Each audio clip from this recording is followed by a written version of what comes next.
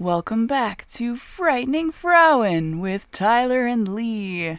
I'm sorry for that intermission because we are two chatty Cathys, but here's the other half for you. Enjoy.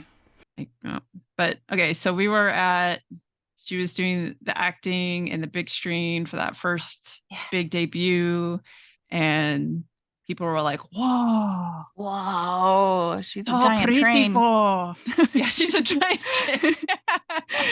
uh, so then I went on to write a bunch of her future Hollywood things that went on. She was in a lot of movies, but she was very typecast as the glamorous seductress of exotic origin. They loved making her like Armenian, even though she wasn't. They made her, what were some of her other roles? Let's see. She did, so her second film was to be Take This Woman, co-starring Spencer Tracy under the director of regular Dietrich collaborators, Josef von Sternberg. But he was fired during the shoot, replaced by Frank Borzage. The film was put on hold, and Lamarr was put into Lady of the Tropics, where she played a mixed raced seductress in Saigon, opposite Robert Taylor. She turned to Take the Woman, reshot by Von Dyke, and the film flopped. Seemed like way too many hands were in that kitchen, Right. but then she went on to another movie called Boomtown, with Clark Gable, and it made over $5 million. That's a lot of that's a lot of money. That's a Like lot of money that, back then. Like that's a lot of money right? now, but But that's a lot of like, money back then. oh yeah. And then she went on to star in a comedy, and then she was in another hit movie. She was then teamed with James Stewart in Come Live With Me in 1941, playing a Viennese refugee. And then she played a showgirl in another movie with Judy Garland. And so Lamarr was top billed with H.M. Polham through the film's protagonist role played by Robert Young. She made a third film with Tracy, Tortilla Flat, in Tortilla. 1942. It was successful at the box office, as was Crossroads in 1942. Um, and then Lamarr played the exotic Arab seductress, what, in White Cargo in 1942. That name with with the fact they probably just put her in heavy eyeliner to make her look like I bet so. I bet so. Oh my gosh. Um, so White Cargo contained arguably her most memorable film, quote, delivered with provocative invitation. I am Tondaleo. I make tiffin for you. That's the line. what's Tiffin? I don't know. Um, which typifies many of Lamar's roles, which emphasized her beauty and sensuality while giving her relatively few lines. The lack of acting challenges bored Lamarr. She reportedly took up inventing to relieve her boredom, which I will get to in a little bit because it was about this time that she started inventing. She was reunited with Powell in a comedy, The Heavenly Body, which was probably hers, in 1944, then was borrowed by Warner Brothers for The Conspirators in 1944 as well. This was an attempt to repeat the success of Casablanca, which was released in 1943. I love Casablanca. That's a great movie. And RKO borrowed her for, I love how they just borrow her. Like these places are probably paying that guy that's paying her $500 a week, like a thousand Yeah. dollars a week just to borrow her, and he's doing no work. Yep. Um, and so she played in Her Highness and the Bellboy. These sound like bad porno names. They do. She was playing a princess who falls in love with a New Yorker. I wonder where she was the princess of. But would be the last film she made under the MGM contract. Her off screen life and personality during those years was quite different from her screen image. She spent much of her time feeling lonely and homesick.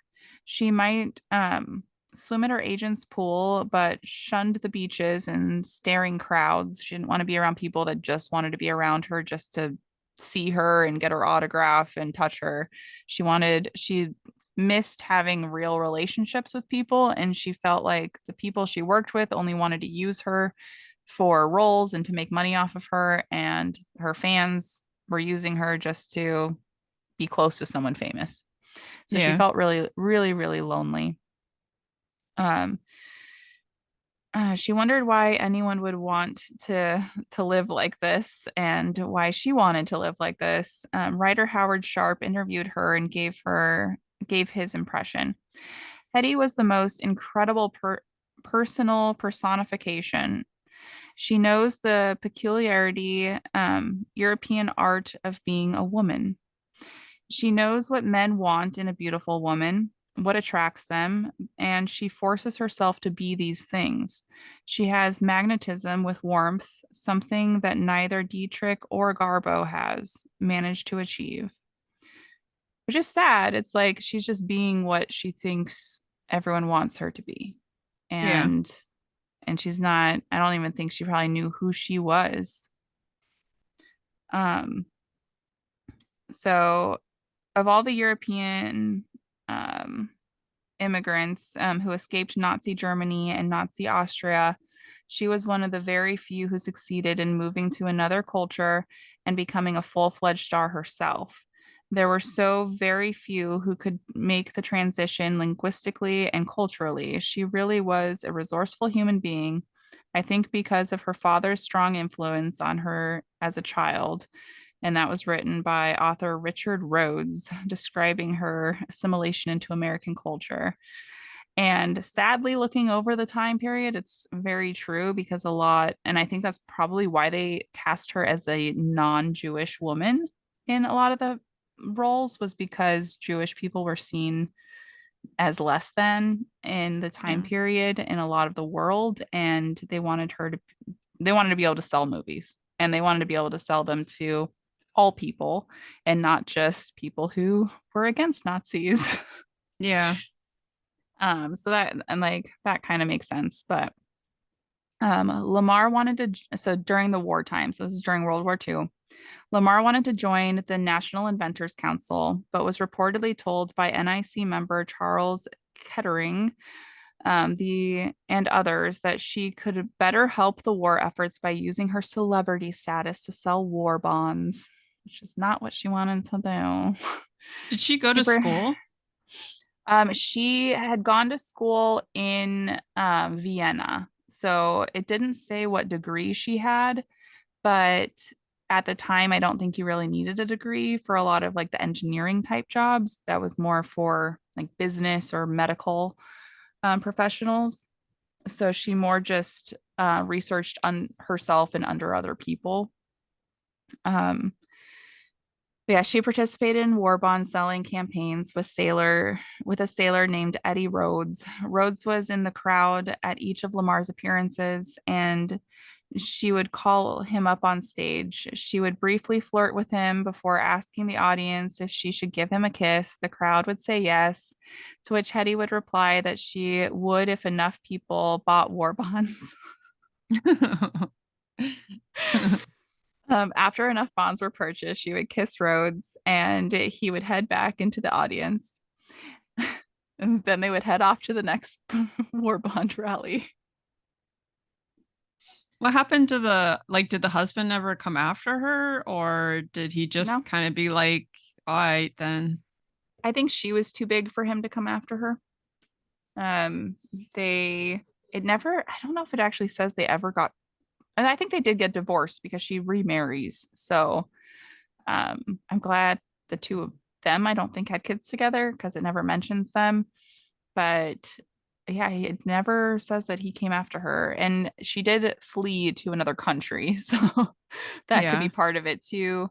And he may not have wanted to fight for her considering she was Jewish. And right after that time, we went into World War II. Yeah. So, It might have. There's yeah, two definitely like years. definitely enough of a issue there that it could have hurt him.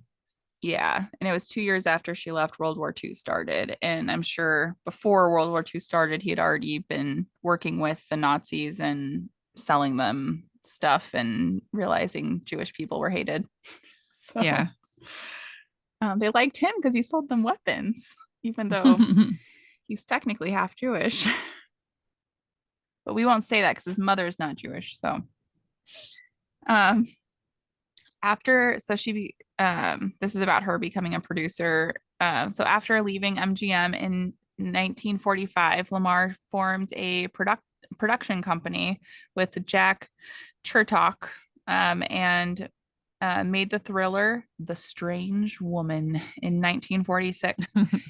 It went over budget and only made minor profits. She let's see, she and Chertok then made Dishonorable Lady in 1947, another thriller starring Lamarr, which also went over budget, but was not a commercial success. She tried a comedy with Robert Cummings, Let's Live a Little, in 1948, um, and that seemed to do okay. Um, but that wasn't where her heart was. Like, she wanted to be a producer just to not treat people like crap. Um, it was more for that than to make money because she was already pretty wealthy. So, Yeah. um, now let's get into her life as an inventor because this is what really fascinated me about her, which she simultaneously dove into while acting and producing films. Although Lamarr had no formal training and was primarily self taught, she tinkered in her spare time on various hobbies and ideas, which included an improved traffic stoplight and a tablet that would dissolve in water to create a flavored carbonated drink. Pretty cool. Yeah. Some of her patents were in here, and I saved it because I wanted to see if I could read it, but it's too blurry. Um, that was her. Oh, yeah. So she did have a patent for her secret communication system. During World War II, Lamarr read that radio controlled torpedoes had been proposed. However, an enemy might be able to jam such a torpedo's guidance system and set it off course. When discussing this with her friend and composer and pianist, George Antheil, I hate names. I hate names. The idea was raised that a frequency hopping signal might prevent the torpedo's radio guidance system from being tracked or jammed. Antheil succeeded by synchronizing a miniaturized player piano mechanism with radio signals. It's pretty cool. Antheil sketched out the idea for the frequency hopping system, which was to use a perforated paper tape with actuated pneumatic controls, as was already used in player pianos, which I have one of those same player pianos in my parlor.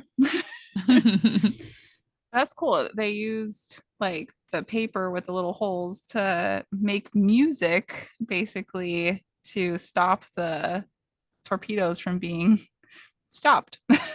Yeah. It's interesting. Yeah, yeah. Antheil was introduced to Samuel Stewart Mac McGowan. I hate names. um, a professor of radio electrical engineering, whom Lamarr then employed for a year to actually implement the idea.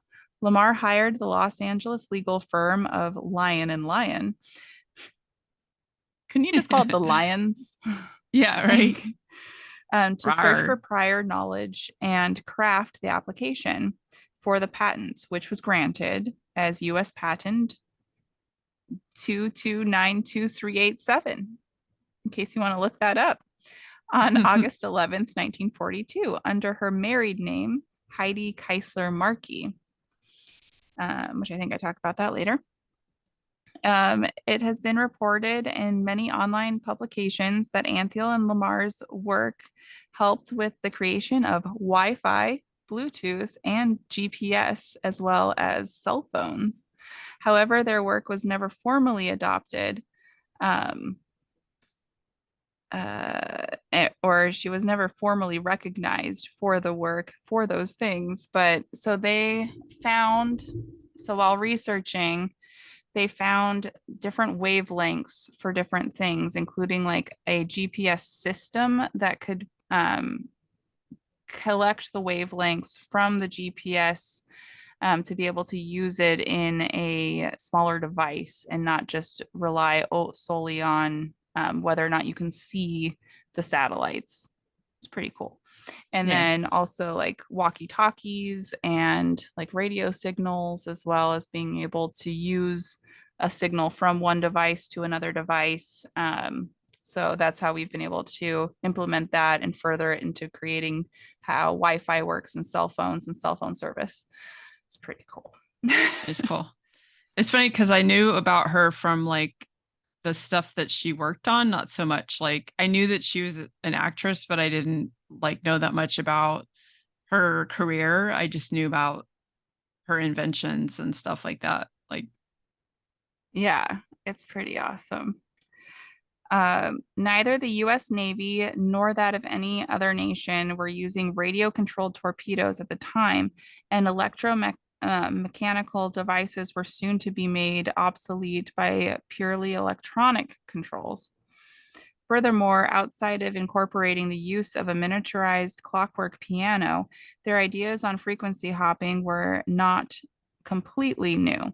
As early as 1899, some macaroni, his last name's Macaroni. I want that last name. Had experimented with frequency selective reception in an attempt to minimize radio interference. The earliest mentions of frequency hopping in open literature are the U.S. patent 725605, awarded to Nikola Tesla on March 17th, 1903.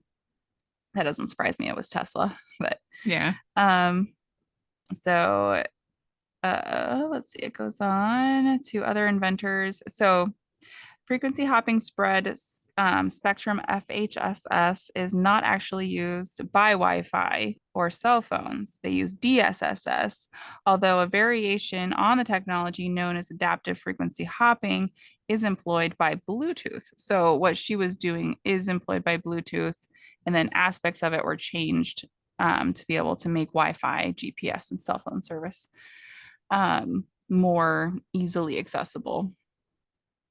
Um, so yeah, she let's see. Yeah, her autobiography has a lot of things in it about her works as well as how she was treated and things, which I want to read her full autobiography because it sounds fascinating. Yeah. But this, she obviously got kind of bored. Okay, so she got married, and in her and her husband, Howard Lee, developed the Villa Lamarr ski resort in Aspen, Colorado, which is called something else now. I looked it up because I wanted to go. But she got kind of bored in her later years. And in 1966, Lamarr was arrested in Los Angeles for shoplifting. She did not need to, by the way. She had money. Like, what was she shoplifting? The charges were eventually dropped. In 1991, she was arrested on the same charges in Florida for get what she was stealing. Okay. $21.48 worth of laxatives and eye drops. She pled no contest to avoid court appearances, and the charges were dropped in return for her promising to refrain from breaking any laws in the next year. So I thought I added that in because I thought it was kind of funny. It is funny. Um, It sounds like Like maybe she was ADHD and she was doing some dopamine chasing when she couldn't find an outlet anymore. I kind of was thinking the same thing when I read that because of all the things she was doing simultaneously really made me think that she probably had some sort of neurodivergence where she was dopamine seeking because she always needed something else, something else, something else. Yeah. And she was very bored when she was stuck in a castle. Yeah. um, So, okay, so let's go back to the 1970s.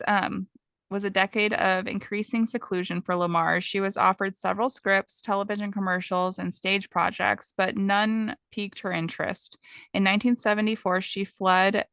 She filed a $10 million lawsuit against Warner Brothers, claiming that the running parody of her name, Hedy Lamarr, in the Mel Brooks comedy Blazing Saddles, infringed her right to privacy.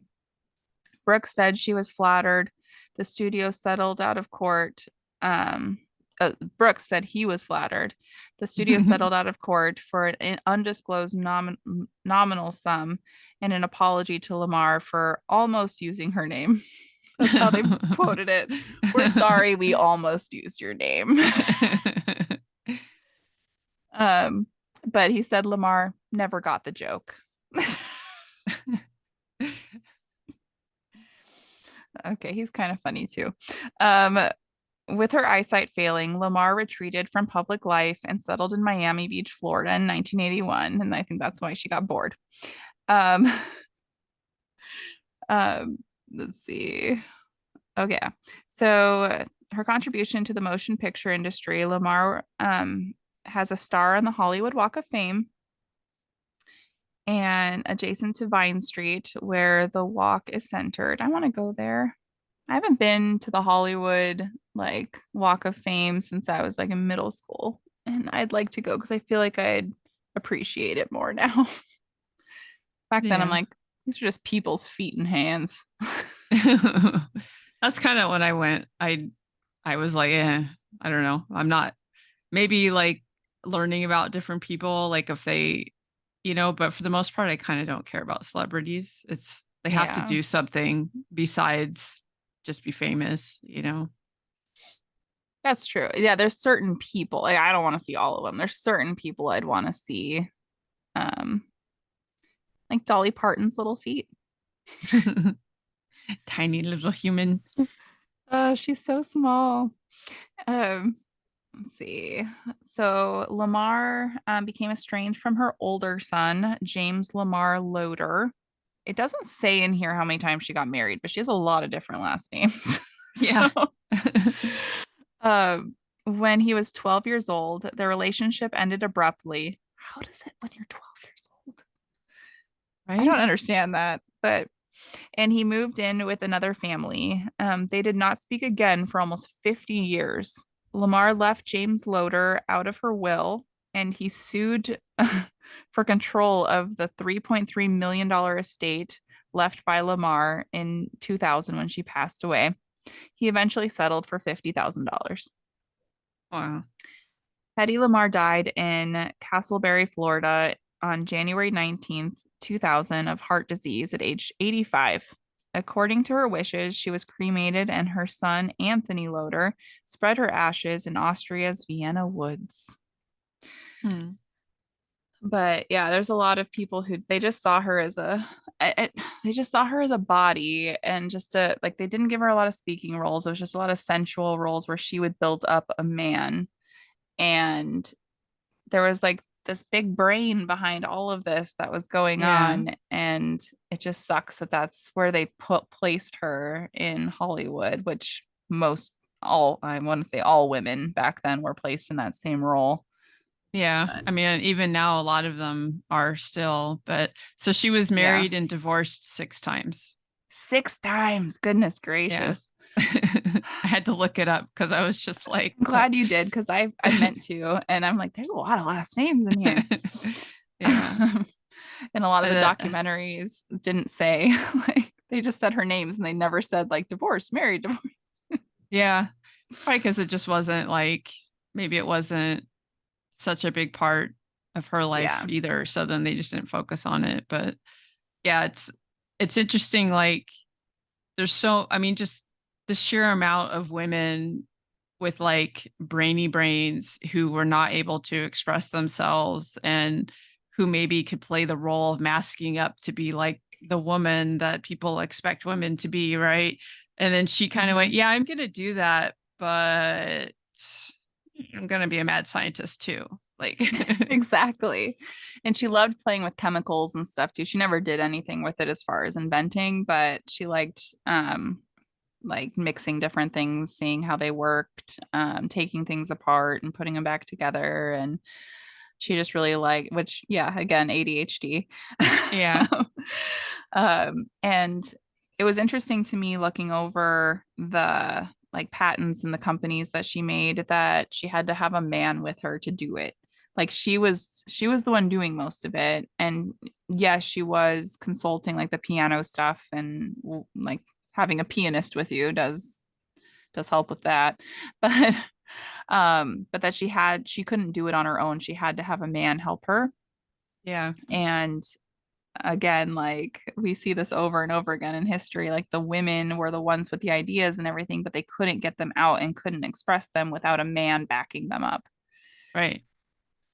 Which is dumb. And like, We would be so and much further in society if yeah, for every woman that we hear about that did something that has ideas that a man backed her, there are probably countless more where the men just took the ideas, and then even more where the ideas just never got came to fruition at all. You know, I mean, yeah, it's like if you think about it, it's just sort of mind-boggling because like this one woman represents, you know, probably thousands upon thousands of women who never got the opportunity to have somebody like represent them so that they could act on what their brainy brains wanted them to do, you know?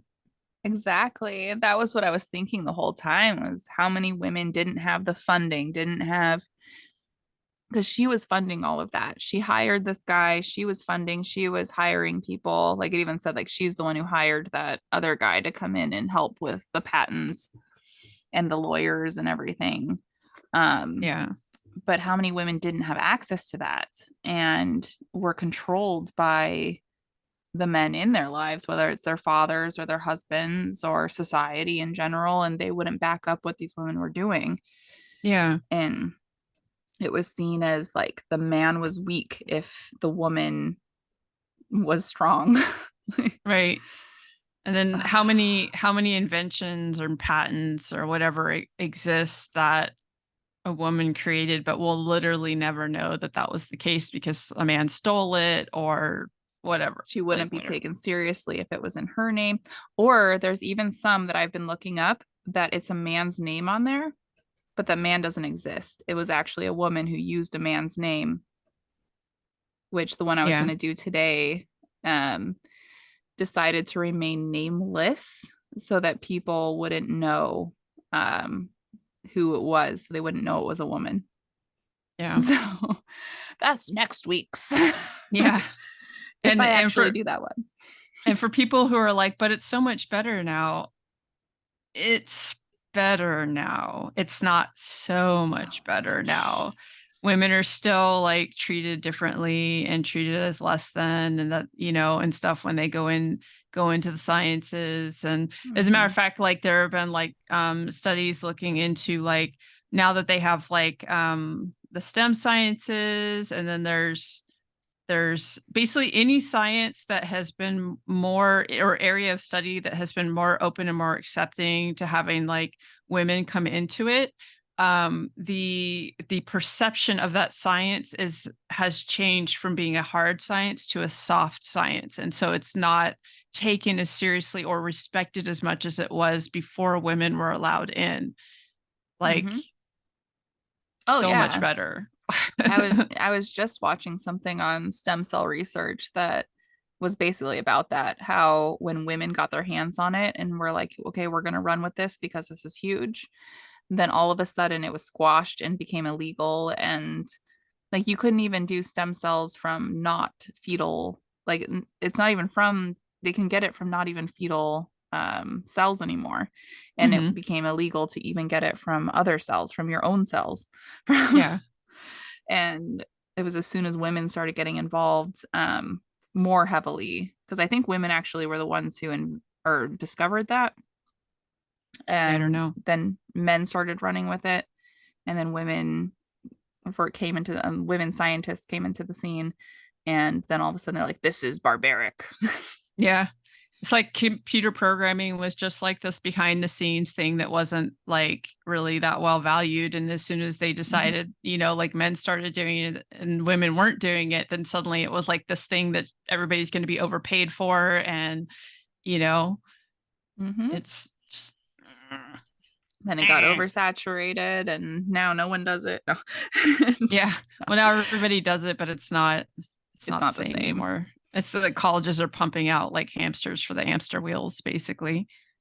Graphic design was the same too, and um, marketing, digital marketing, and it just, I hate it.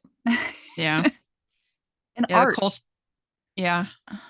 The like, culture in tech, like especially the tech scene, just like it's not that there were issues with it before, but at least you had like the creatives and the people that were, and then when it became like where anybody that just kind of wanted to get the money like started showing up, it's mhm. like they weren't real nerds. They were wannabe nerds, and the culture just became so toxic, like just toxic for everybody, not just like the No, people that were having issues getting in. yeah, it's toxic for the consumer as well. It's terrible. And Yeah. I agree, Lee. Grr. Oh, yeah. I was just talking about that with someone else too, about different fields and how they like ebb and flow with like how saturated they are or how needed they Yeah. are too. But I didn't put it together with feminine energy in those fields, but it makes sense. Yeah. Well, and some jobs like are really important and they just don't get paid much, like food safety, Hmm. really important. They get paid jack shit. But then like, oh, I'm gonna work at a company that deals with like streaming distractions for everybody, Netflix, and they're gonna get paid like 500K a year, right? And their job is not actually important. It doesn't really do anything, right? And Yeah. it's not to say that people don't deserve like to be paid for what their skill set or whatever, but they're paid such an excessive amount in comparison to somebody who say make sure that we can eat our food without shitting ourselves to death. Yeah. So Or I was going to go for a job here that needs my degree. Well, not my degree, but a degree. It needs experience in the field. It's being an advocate for domestic violence and sexual assault survivors. $15 an hour. yeah.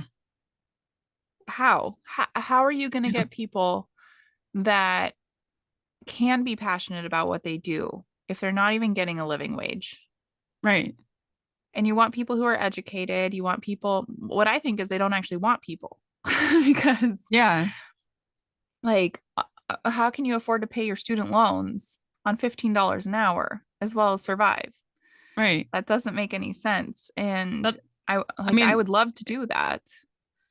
yeah, that's exactly why I say that like the disability payments are the government's way of doing the bare minimum for a group of people that they would just prefer that we died off. Yeah. And that people don't like to hear that, but like, prove It's, otherwise. Like, and it costs them less to do that than it does to put you in an institution. yeah, And it's like, that's what they used to do. Now they're like, oh, well, we'll have you still live, but like barely. yeah, And also figure it all out on your own. right. Because Exactly. Just, my oh gosh. Yeah, I've been trying to get on food stamps since I lost my job, and they will not communicate with me. Like I have to figure it out on my own. Is there anything missing? I need to figure that out. Like I don't know what's missing. No one's answering me. No one's responding to me. And then I'm gonna start a job before I even end up getting them. yeah. And then they back pay you, and then it's like more than you need because they back paid you, and then you start a new job, and Yeah. Well, they I'm can like, I like, need now. if assuming the system works the way it does here, if you got approved, you could be like, this job is only temporary, and they can like hold at that point, hold for you True. because you just report that income, and then they won't give you anything based on that income, but not cancel out the service. And then when your income drops again, then you would report that. But you need them to actually like get you signed up and communicate with Yeah. you to get to that point. And my son had that issue when he was going through that. Like he couldn't, they would send him like a letter for like for the phone call that you're supposed to do, and he would get it like after the date, or the person wouldn't Hmm. call, or it was just complete like chaos. I'm supposed to be signed up for PCA services before my surgery for my hips, and she's canceled 4 appointments now. She no showed to 3, and I had to call her and reschedule, and one she called and rescheduled.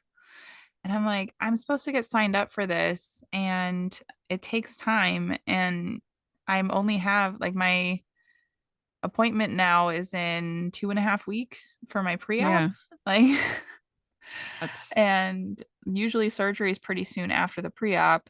They'll schedule it that day, but they want to go over different types of surgery I could have depending on which would depend on how much time it is, which would depend on when the surgery is. right. Um, but I'm gonna need help. And they're just like pushing it off and pushing it off. And it takes time to hire somebody that you trust too. So, Yeah. It's interesting because, like, when I had surgery, my surgeon just went, well, you need someone to stay with you, and I won't do your surgery if you don't have that. And I just had to find it. There's no like program or anything. Like, this is one and of, I think, 2 states that has this program. that's nice that even if they're not being super convenient, it's nice that it's there at all. Like, hopefully they Yeah. actually get you signed up. But Yeah. I can get somebody paid that I know if they're willing to do it. Cause I do know some like single moms that I would love to be able to pay because I don't need that much help. I just need help to go like take a shower and to get to the bathroom and to like bring meals up to me. That's it. yeah, Um, I don't want to do much else, at least at first. But so if I like I have some single mom um friends that live nearby that I'm gonna offer that to. As long as they can pass the like background check that they do. But that's the other thing. It takes time because they have to do a background check too, yeah. which it's a light one. That's just like local criminal history. Um, but yeah, I'm like, is there gonna be time? Like, And like you don't know, so then it's really hard not to like be stressing out as you're coming up to the date. Like you're just like, "Ah, what do I do? What do I do?" Like, and it'd be yeah, really nice to know in advance so you could just relax and take care of yourself and prepare for surgery. exactly. And I have so many appointments the last 2 weeks that I didn't even have time to meet with her, but she kept canceling anyway. So, That's um, annoying. yeah, I try all the days. So, like last week, I had an appointment Tuesday, Wednesday, and Friday. So I was only home Monday. I left Monday night to go up for my Tuesday appointment and then stayed up there for my Wednesday appointment. Came back down Thursday, was supposed to have the appointment. She no showed and then had to go back up Friday. And she's like, "Can I come today?" And I'm like, "I am literally up and Yeah. getting doing my stomach emptying test." So then today or tomorrow, I have to call again to reschedule. Hopefully, I'm just like, can I just come into the office to you? And because they usually come to your house. Yeah. And I'm like, can I just come to you? It's like 2 blocks away. It's not that far. Just Yeah. I will walk to you. And I Yeah. don't like my hips don't work. Yeah, you shouldn't be in that position or put into that position, but Yeah. if you And then if you got to do it to make it work, then yeah. And she's supposed to be helping me with the food stamp stuff too. And her putting this off is putting off me getting the food stamp stuff to her. And she's supposed to get me her email address and she hasn't done that. Like, government systems. But I know she's right? underpaid too. So, Yeah, underpaid and probably overworked, and oh, I'm probably sure. she's probably looking going, well, I have time, so I'm going to go focus on this emergency that just got dumped in my lap, and there's probably a reason, but it doesn't really change the impact for you, you know? Yeah. Yeah. And I don't want to complain about her because I know that that's probably what it is. And I don't want her getting in trouble because they put too much on her, but they also need to figure it out. Right. So, Like, do the job, do the thing. just do it. I love it. Like Casper's back there, just all whoa, like Yeah, when I just saw him, I don't know what he was for. Like, was he on top of a lamp? I don't know. But I saw he was $1, so I had to get him. I wonder. There were like it kind of makes me think of like the slushy tops that it doesn't have a space for a straw. Otherwise, I would be like, maybe it's a slushy top. Oh, yeah. Yeah. I don't know. I'm gonna look up different Casper things. Yeah, but he's like an old school Casper, so Mhm. yeah, Yeah, it was at a so there we had a vintage rummage sale. It was $1 to get into, and everything went to support Habitat for Humanity, which nice. does a lot of work here. And so I went, and there wasn't a lot. Oh, I did get this though. Ugh, not show my butt. Maybe if I can move Yeah, my that body. yeah that takes cheddar. That takes a cheddar. Ah, there we go. Oh, my laptop. Okay. So these people were awesome. It wasn't the actual artist that was there, but I met the artist at one of the craft fairs that I did where I was selling my shirts. Um, but she makes jewelry. And there was really one that I wanted, but she had a big discount to get four. So, so I got the non-binary gang. Oh, Aw, you see it? yeah. These were the ones I wanted though. They were like little crime scenes. Those are cute. Um, and then I don't know if you'll be able to see these ones. They're little ghosts. Aw. And they're all like waving. Yeah. And then bury the hatchet. Um, but I wanted the crime scene ones, and I'm gonna wear them for my next video that I do. Awesome. But my next true crime one though. Yeah. But yeah, she's only on. So if you, she's only on Facebook, and it's Jules Unique Gems. She does not have an Etsy shop. It's probably smart. Yeah, Although I tried right. to I have my stuff on Facebook, but it's like just not, I don't have it like, it's basically like hooked to my shop. So it points to the Etsy instead of like, cause I was just like, I can't have like multiple shops and try to balance like how much I have of things and, so I think she yeah. doesn't even do it like a shop. I think she does it like Cash App, and then she'll send it to you. Yeah. I'm starting to migrate to that, like where I post, I go, you can find it on my Etsy, but it's just $18 if you go direct. Yeah.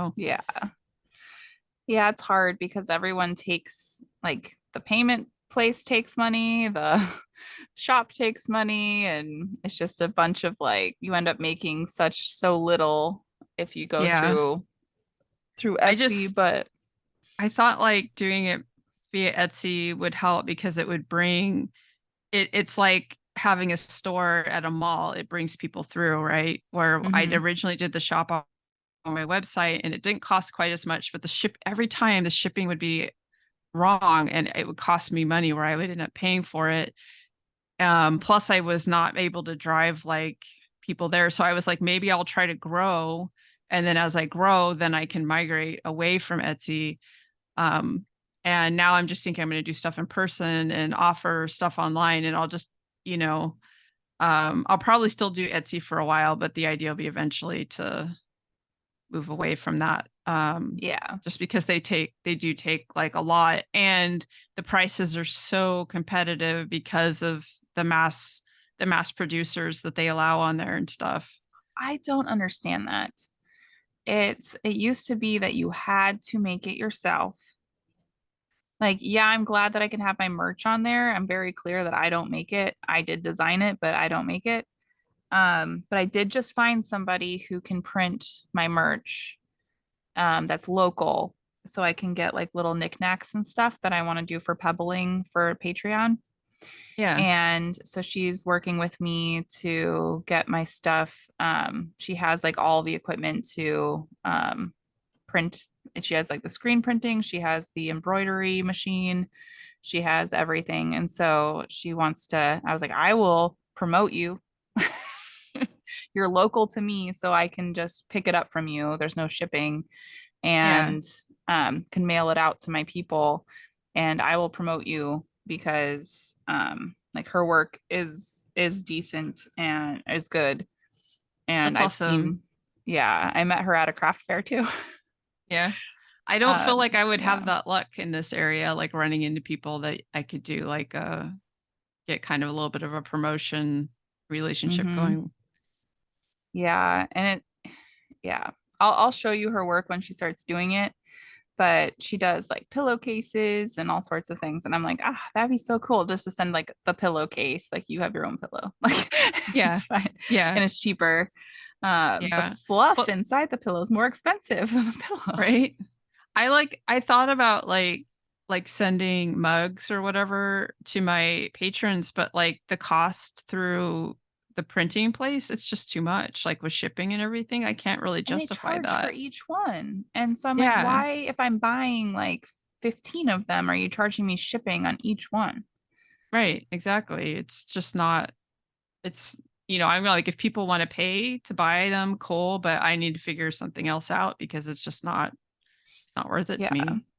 But I did think about, because you can get the um, ink, like infused ink that you can get for the mugs, and you can get your label printed on it, and then you can put it yourself on mugs.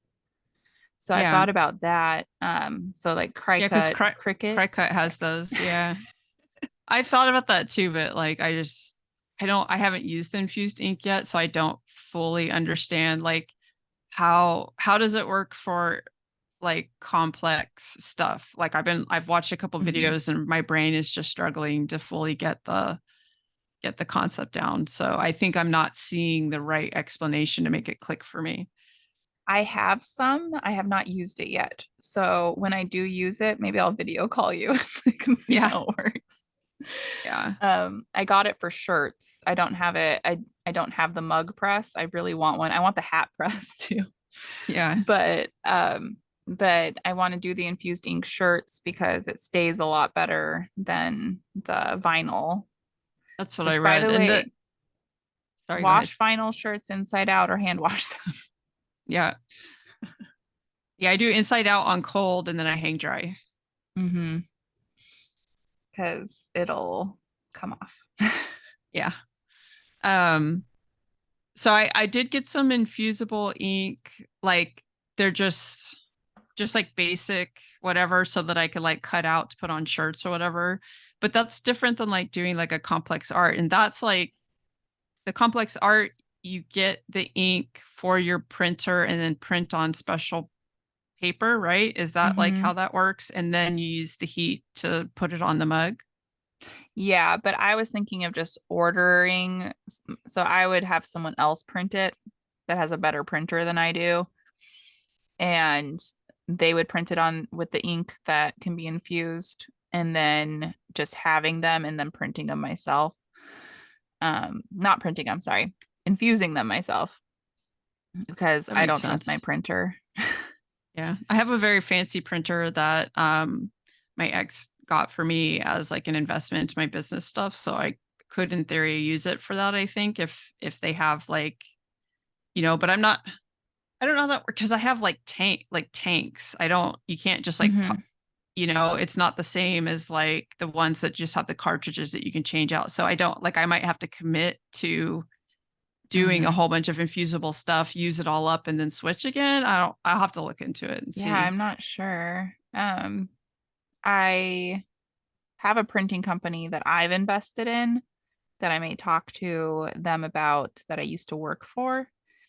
So I may talk to them about it and see how much they would charge because usually they just charge me the cost of the product. So I could Yeah. see if what they would charge. Hi Dan. No, I doubt that he I doubt that he watches this. But we will promote your business if you help us. Right. I will happily link on every single post of my very small, currently small but growing viewer listening ship, Yeah. listening ships. I'm wearing one of my I'll talk. necklaces, but it's hard to see it with I the meant to put mine on. like a chain with a little shape, very small and elegant. Cute. I like that. Is that on your shop? Yep. Yep. Awesome. I like the I have like, and I simple. have like triangle and I have square and circle. I have all three of those. And then I have like earrings and because I like like most of my stuff is very simple because I like that. Even like my actually autistic sticker is very simple. It's just black and white. And, Mhm. some people like really colorful and that's totally cool. But I'm like, for the people that like the understated, they can come to me for my stuff. Yay. It's still my favorite.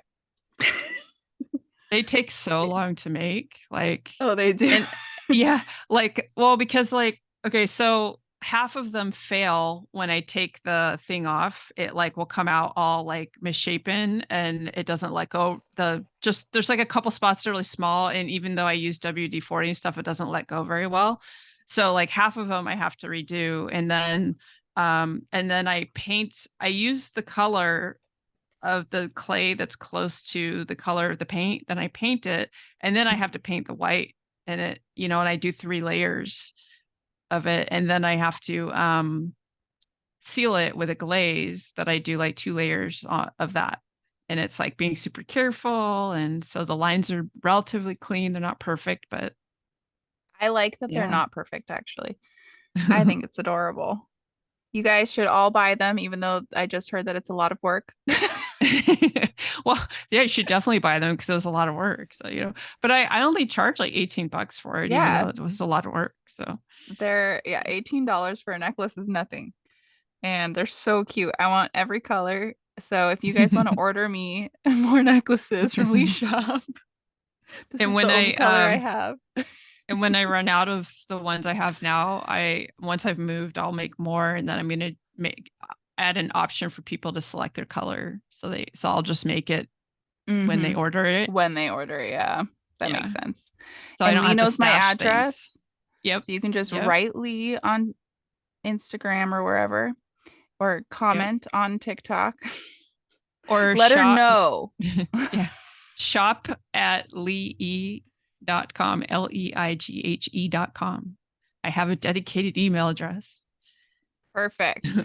Email Lee at Lee E. and tell her that I want more colors. And then Lee knows my address already. So you don't even have to know that. And then he will send them to me. So if you don't want to donate directly to GoFundMe, you can order things from Lee's shop for me. Absolutely. I or, am or big yourself. about the trade. Yeah. Or yourself. You could totally buy stuff for yourself. And we're not going to stop you from doing that. I mean, gosh, you deserve it. You do deserve it. You deserve a dinosaur. That's right. That really good decision you made the other day for yourself about the Mhm. thing, you deserve Yeah, when you got the medium coffee instead of a large, it. that made you deserve a necklace. That's right. When you made sure you had a little bit of fiber in that meal last Sunday, like, When deserve you it. made a meal at home instead of going out, Yeah, necklace. that paid for necklace right there. What else did you do? You watched a movie at home instead of going to the movie theater. That's 2 necklaces. Right? Right? You remembered to text like that person that you've been forgetting to text for like the last 3 months because you think of it every time you're in the shower and you finally remembered. You deserve it. Even if you just did that right now when Lee said it, you Yep, deserve that's right. it. See, make yourself deserve it right now. You brush your teeth on a regular basis, deserve I've it. been trying. My teeth don't look like I brush them, but I have such good dental hygiene that they when I go to the dentist, they complain that I don't leave anything for them to do. So I love that. I have such deep crevices in my teeth that my previous dentist told me that I'm too old for sealant. And then my new dentist is like, that's bull. They just yeah, wanted it's you to get bull. cavities so they don't have to pay money. So they put sealant in my teeth last time. Yeah, the I go to the dental school at UCSF and they always do the sealant. Like it's just like they're like, we're gonna do that. And it's great because like I have thin enamel from the EDS and Mm-hmm. that like helps a lot. And then most of my gums are pretty good, but I have like one deep pocket and I use a water pick, which is Do like you my like the it's water pick? yeah, I had to get used to it, but I do love it. And the nice thing about it is because one of the ways that my mast cell stuff impacts me is that my gums will react to chemicals in the food, like preservatives and stuff. My gums will swell up. So if I Yeah. realize I've had contact and the pain, it's excruciating. I Mm-hmm. can go use the dental pick or the water pick and rinse out really, really well. And boom, the pain will go away after like 10 minutes, which is like great. Yeah, because I get really sensitive. I've noticed since the gastroparesis stuff, I get really sensitive around my gum line. So like when I'm flossing, it'll like zap me almost. Yeah. And it would get like that before when I'd have mini flare-ups, but now that it's been like a really long flare-up, it's like that all the time. And even if I'd like touch with my fingernail, it like zaps me just You're touching near you're my gum probably line. yeah, your nerves on your teeth are probably starting to because your gums are but the water pick can help with that and you can use like warm water which is much more comfortable if your nerves are sensitive and that Hmm. it'll help it's really good for gum health I have a so water pick I've never used, so I'm gonna start using it now. yeah and I don't floss daily because I use the water pick and they say that you don't need to but I still like once or twice a week I still do it just in case but I don't have like I've never been to the dentist and had them be like, you don't floss. They're always like, it's really clear you floss. And so the water's obviously doing its job. Yeah. Um, and it helped because the one deep pocket I have, I had like super hypersensitivity and it's helped with that like a lot. And yeah, it's just a little messy, like because of water, and Hmm. it's like you have to if it freaks you out when the water runs down your arm, then you have to be really good about keeping your arm up when you use it. So I sit with my elbows kind of like against the sink and do this weird like posture to keep the water from running down my arms. Oh, I could like squat on my squatty potty Yeah. over the sink. Totally. I love my squatty potty. I feel like all bathrooms should have one. Absolutely. I love going to the GI department at Stanford because they all have one. It's Good. great. Like we should be taught that that's how we like I did not know until Logan was going, my oldest son, who will be 16 tomorrow, was going through his GI problems that that's how you should be going to the bathroom. Yep. And Yep. that's why a I lot of people have GI problems and get constipated because you're not in the proper position to poop. yep. And people will think, well, I poop regularly. I'm not constipated. Well, you're probably not pooping enough. And so you are Hmm. actually constipated and it causes like bloating and nausea and these symptoms that like if you just pooped a little more and like yeah, it I got really into this whole squatting thing after going to Southeast Asia in 2006. And at that time, Squatty Potty didn't exist. So, like, I just used stuff to create the squat. And Hmm. then the Squatty Potty came out, and I already had it before that amazing commercial came out. Like, I had it for like 2 years and was already telling people about it. And then the commercial came out that the people who made the commercial almost got fired when the board saw it because they were so like, oh my God, but it went viral. It People loved did. it and and it's this and if you guys haven't seen it like look it up it's a unicorn going poop and soft So we could serve ice find it. cream. Yeah, like it's great. But so then I just became like an unofficial spokesperson for Squatty Potty. And because I was like, people were like, what the hell is that? And I'm like, it works. Let me tell you. And I've gotten like a lot of people like where they're like, I can't go without it now. Oh, it's so blurry. Yeah, it was like the aftermath of the was the Old Spice guy, right? It has that same Yeah, vibe as the yeah. Old Spice. Oh, it's funny. So we can find a So better good. one. We don't get good commercials like that anymore. I love it. Oh, I like the poopery ones are good too. That's true. That's true. And there was one other one that was bathroom related that was also really good. Um, I do not like the IBS one with the toilet following the person around. Oh, I haven't seen that one. Yeah, it's just like a person walking around the toilet's just right behind them while they're walking around all the time. That's creepy. But it's not funny. Like it's not even meant to be funny. But if they added a little humor, it would have been. Yeah. We need They missed humor the in our bowel opportunity. problems. Yeah. All potty related things are humorous. And if you don't add humor, you don't understand. The Yeah, I so the poopery, like I got their hand sanitizer at the beginning of COVID. They had like a like pay this much and get like a whole bunch of it. So I'm still going through that. I just keep a bottle of it in my bag, and if I'm out and about and I touch something that makes me feel uncomfortable, I'm just like spritz, spritz, spritz, and it smells nice and it kills whatever's on my hands. Yeah, I have to bring, so in my bag, I usually have my own soap and my own hand sanitizer because I'm allergic to most soaps in bathrooms.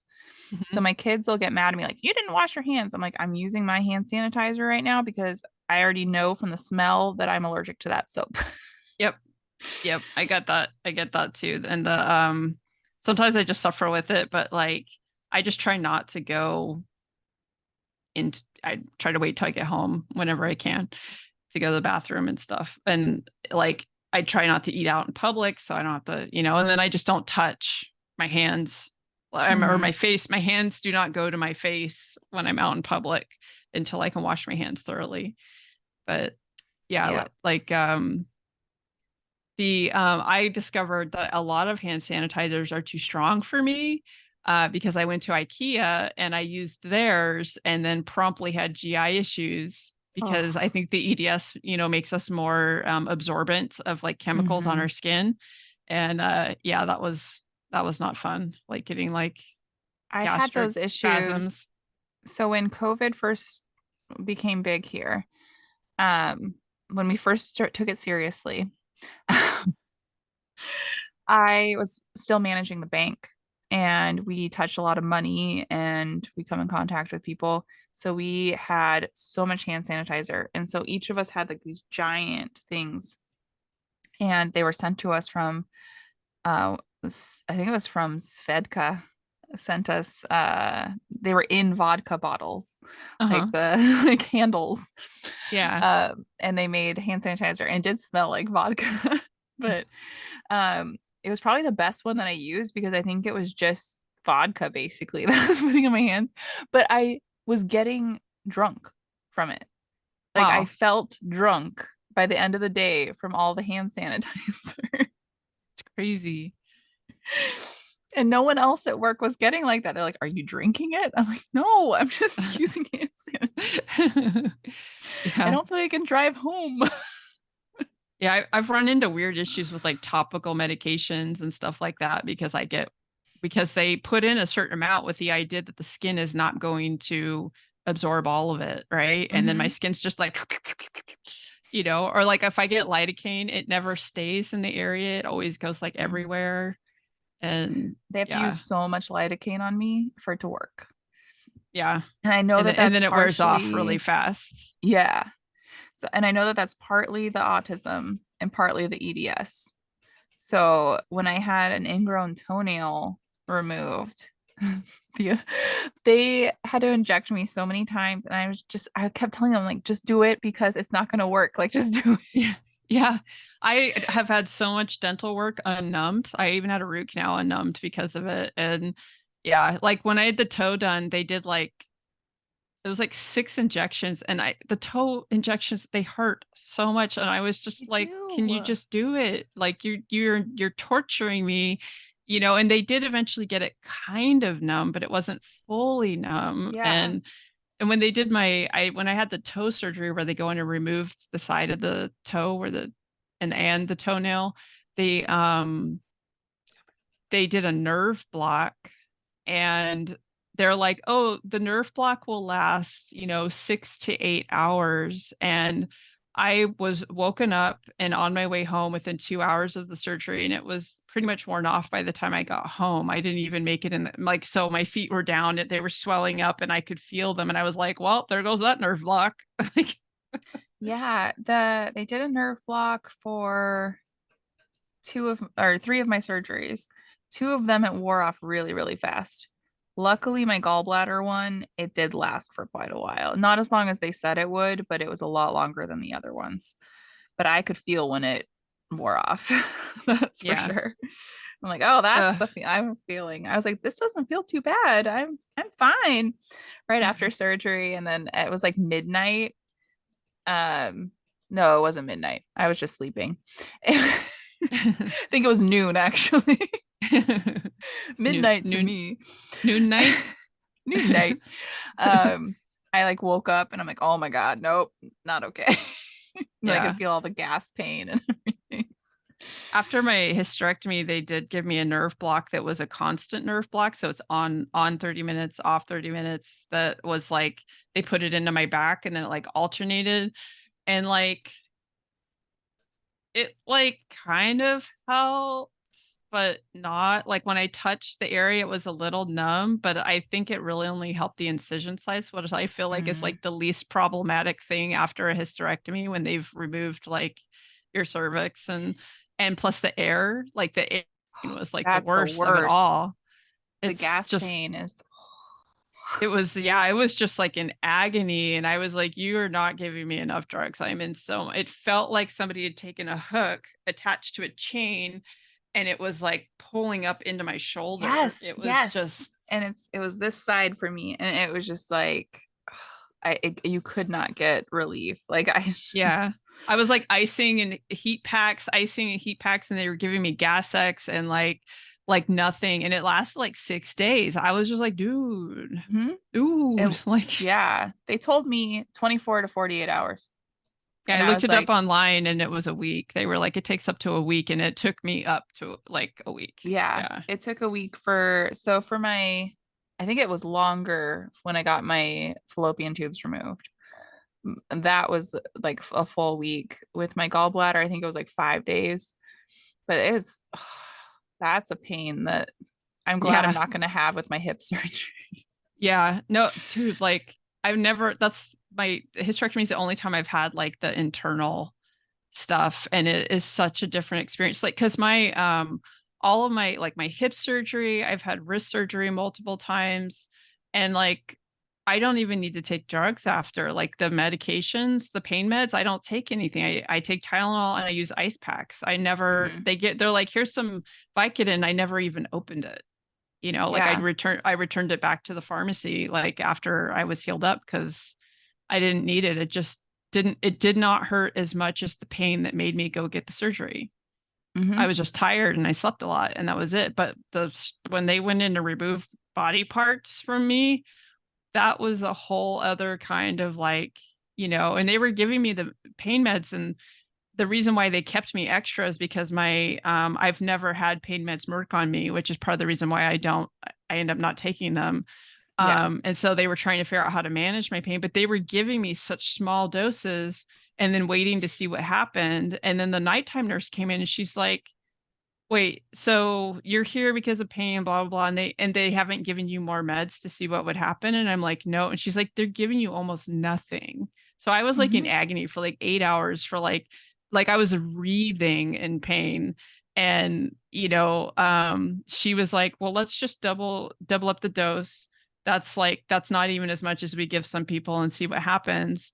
And that got me to a 6. And I was like, I can live at a 6. Yeah. Like, With chronic you pain, you know, know how to live with a six. Yeah. I was like, I'm not breathing anymore. I can do that.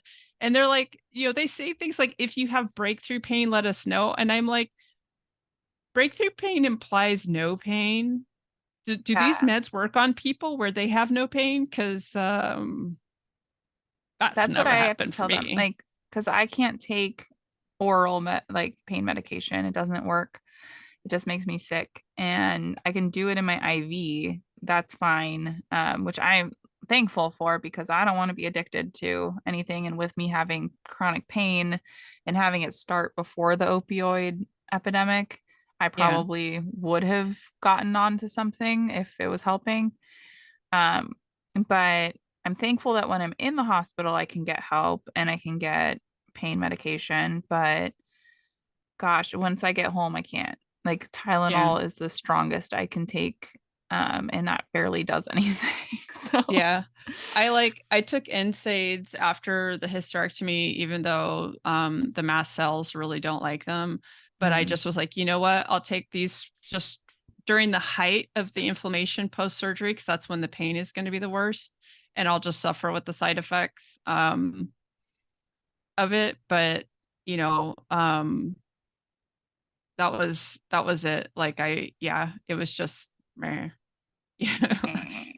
I wish they could have sent me home with like a pain pump or something. That would have been nice. But I had a friend who had knee surgery and they did. She had a pain pump at home that was for the first 4 days. that's nice to have. I hope I don't need it for my hip surgery. I've heard it's not the most painful, especially if you're used to pain. Yeah. My so for mine, the most painful part, and they might tell you this, just because you have a similar kind of damage that I did. Mhm, They pull your leg out like of basically almost out of socket to get mhm, space to do the work. And that can cause the muscles, especially in the front above the knee, to be very, very, very angry. And mine was like that. And they were like, if your muscles do that where they spasm, it only lasts like half a day or something, but we can do a nerve block to block that. mm. And then they told me, because I was so calm, even though I was in excruciating pain, they said, "Oh, we don't need to do the nerve block." It was, oh my God, it was just so much. I was like, dude, like they were giving me stuff in IV and it wasn't touching it.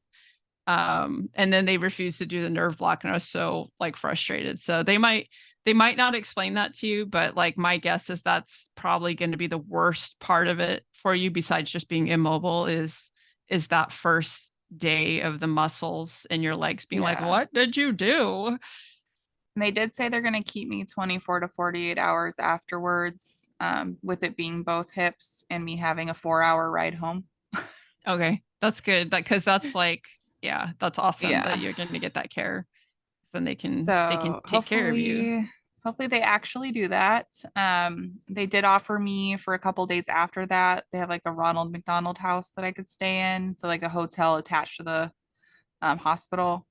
So if I do need a couple days before I do that long car ride, I can do that. I did think about having taking the bus out so I could lay in the bed on the way home instead of sitting the whole time. But one of my cars, the seat goes all the way back, which is nice, all the way to like a bed. Yeah. And then the other one has heated seats, so I'll decide which one Yeah. I want to take or which direction I want to go with that. But thankfully, I have a driver. And I mean, Yeah. you have to have a Yeah. surgery, which I don't know what people do who don't know anybody, but um, Yeah. That's but nice. I'm, yeah, It's nice they have like the hotel option too. Like just stuff yeah. I've never heard of.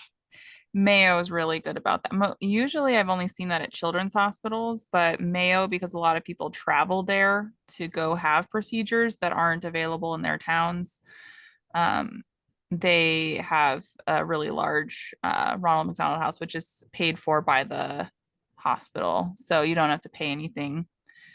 Oh, So okay. Nice. That's like call me motivated to come like park in your driveway. Yeah, come stay with me so that you can go to the Mayo Clinic with me. We'll just like show up there, like do all the things and make a day of it. And yeah, I'm thinking I'm of really pouring a pad next to my garage. So oh nice. I don't know if yours would fit there though, Yeah, because of the it's slide outs. yeah, it's 30, it's 12 feet wide with the slide outs out. So it's pretty hefty. 37 feet long, 12 feet wide. It's It's big. long enough because my 45-foot school bus fits there, but I need to measure if it's wide enough. Yeah. Yep. I think it Yeah, would be because my bus is eight. I think it's 8 feet and 9 feet. Maybe it's 9 feet. And there's room. I don't know how much room. yeah. Well, we've been doing this for 2.5 hours. 2.5 hours. Sorry, guys. It's our longest I've episode started yet. I know. I've started like it's because we haven't talked to each other in a while, so we get lost in conversation. I But I've started know. breaking up my when I do episodes, if they hit 2 hours, I've been breaking them up and being like, join next week for, but Dragon Ball Z. yeah, but you make enough content that it would be hard to No, it would be hard to do that. I think I could do that for this one.